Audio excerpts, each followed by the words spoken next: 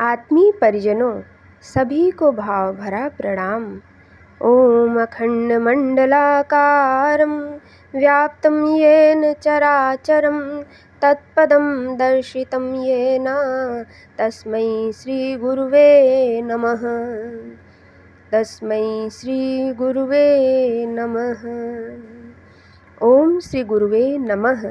गुरु गीता। सद्गुरु को तत्व से जान लेने का मर्म।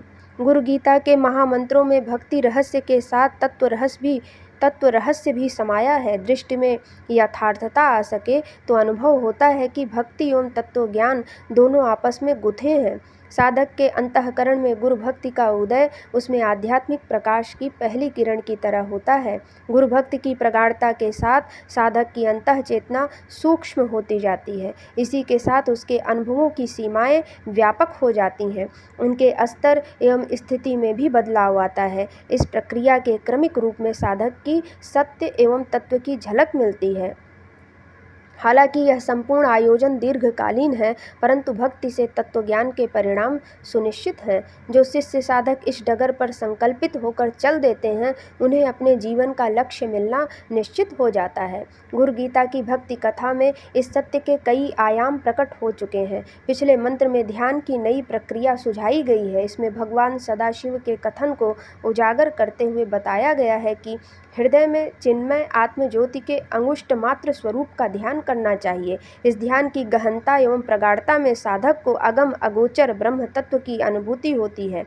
जिस तरह से सुगंधित पदार्थों में स्वाभाविक रूप से सुगंध व्याप्त है, उसी तरह से परमात्मा सर्वव्यापी है। अपनी आत्म चेतना में ध्यान करते रहने से कीट भ्रमर न्याय की भांति यह जीवात्मा आत्म तत्व का अनुभव करते हुए ब्रह्म तत्व में विलीन हो जाता है। ध्यान के इस शिखर में साधक को यह अनुभव होता है कि अपने सद्गुरु निराकार स्वरूप ही ब्राह्मी चेतना है। जो सद्गुरु को तत्व से जान लेता है, वह सही मायने में तत्ववेत्ता हो जाता है। ध्यान से तत्वज्ञान के क्रम में माँ भवानी भगवान सदाशिव से जिज्ञासा करती हैं। श्री पार्वत्युवाच पिंडम किंतु महादेव पदम किं समुदाहृतम रूपातीतं च रूपम किम एतद आख्याहि शंकर। श्री पार्वती कहती हैं, पिंड क्या है, पद किसे कहते हैं, हे शंकर रूप क्या है और रूपातीत क्या है, यह आप हमें बताएं। जगन्माता भवानी की ये जिज्ञासाएं जीव को तत्वबोध कराने वाली हैं। संतान की सबसे अधिक चिंता माता को होती है। माँ के सिवा अपनी संतान की कल्याण कामना भला और कौन करेगा। इसी कल्याण कामना से प्रेरित होकर के माता ने जगदीश्वर से ये जिज्ञासाएं की। इन जिज्ञासाओं की गहनता एवं व्यापकता अति विस्तार लिए हुए हैं। इन कुछ प्रश्नों में आध्यात्म का मूल मर्म है। आध्यात्म ज्ञान के जो भी मौलिक सवाल हैं, वे सभी इनमें समाये हुए हैं। इनके हल होने से जीवन की सभी गुत्थियां स्वयं ही सुलझ जाती हैं। हालांकि इनको सही ढंग से समझने के लिए इन सभी प्रश्नों पर एक एक करके विचार करने की जरूरत है। इनमें से सबसे पहला सवाल है, पिंड क्या है। सामान्यतः यह सभी जानते हैं कि पिंड देह को कहते हैं। देह की अनुभूति सभी को होती है। विशेषज्ञ इसकी रचना, क्रिया, विकृतियों एवं इसके समाधान को जानते हैं। चिकित्सा विशेषज्ञ वर्षों तक लगातार इसे पढ़ते हैं, इसके बारे में अनुसंधान करते हैं। हालांकि इस अथक परिश्रम के बावजूद कबूल करते हैं कि उनके शोध प्रयास अभी अधूरे हैं। इस देह ज्ञान से अलग पिंड का तत्व ज्ञान अलग है। पिंड चिकित्सा विज्ञान का शब्द न होकर के योग विज्ञान का शब्द है। इसे योग की दृष्टि से ही सोचा और जाना जाना चाहिए। जीव को पिंड मिलने और इसमें आबद्ध होने का कारण उसकी वासनाएं, चाहतें और इच्छाएं हैं। वासनाएं जब तक हैं, जीव का पिंड से छुटकारा नहीं है। इतना ही नहीं, वह इन वासनाओं से लिपटे रहने के कारण स्वयं को ही पिंड समझने लगता है। ग्रामीण अंचल में एक बड़ा प्रचलित मुहावरा है, पिंड छुड़ाना।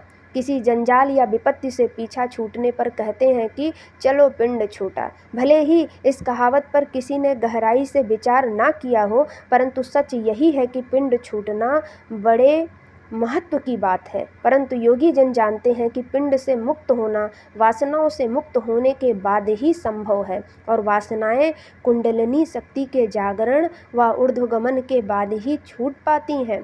सो वासनाओं और इससे पैदा होने वाले कर्म बीजों व इसके परिणामों को जिसने जान लिया, समझो उसने पिंड के तत्व को जान लिया। माता जगदम्बा प्रभु से अगला सवाल करती हैं, प्रभु पद किसे कहते हैं?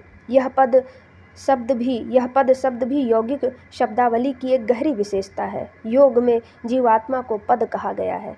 इसका एक नाम हंस भी है। इस हंस का ज्ञान सामान्य जनों को नहीं होता, क्योंकि वासनाओं से चंचल प्राणों में यह अनुभूति नहीं हो पाती। जब वासनाओं का वेग थमता है तब प्राण स्थिर होते हैं और प्राणों की इस स्थिरता में हंस का अनुभव होता है। यह अनुभव जीवात्मा का है। जीवात्मा का मतलब है आत्म चेतना का वह स्वरूप जिसने प्रकृत बंधनों के कारण जीव भाव को स्वीकार कर लिया है। जीव भाव से मुक्त होने पर ही योग साधना में आत्म तत्व की अनुभूति होती है। इसी क्रम में माँ की अगली जिज्ञासा है, प्रभु रूप क्या है? रूप का मतलब है आत्म रूप का। यह आत्म रूप है आत्म ज्योति रूप नील बिंदु। इसका अनुभव साधक की आत्म ज्योति का अनुभव देता है। इस अनुभूति के साथ ही साधक को अपने आत्म स्वरूप का ज्ञान व भान हो जाता है। सभी जप, योग एवं तप का सुफल यही है।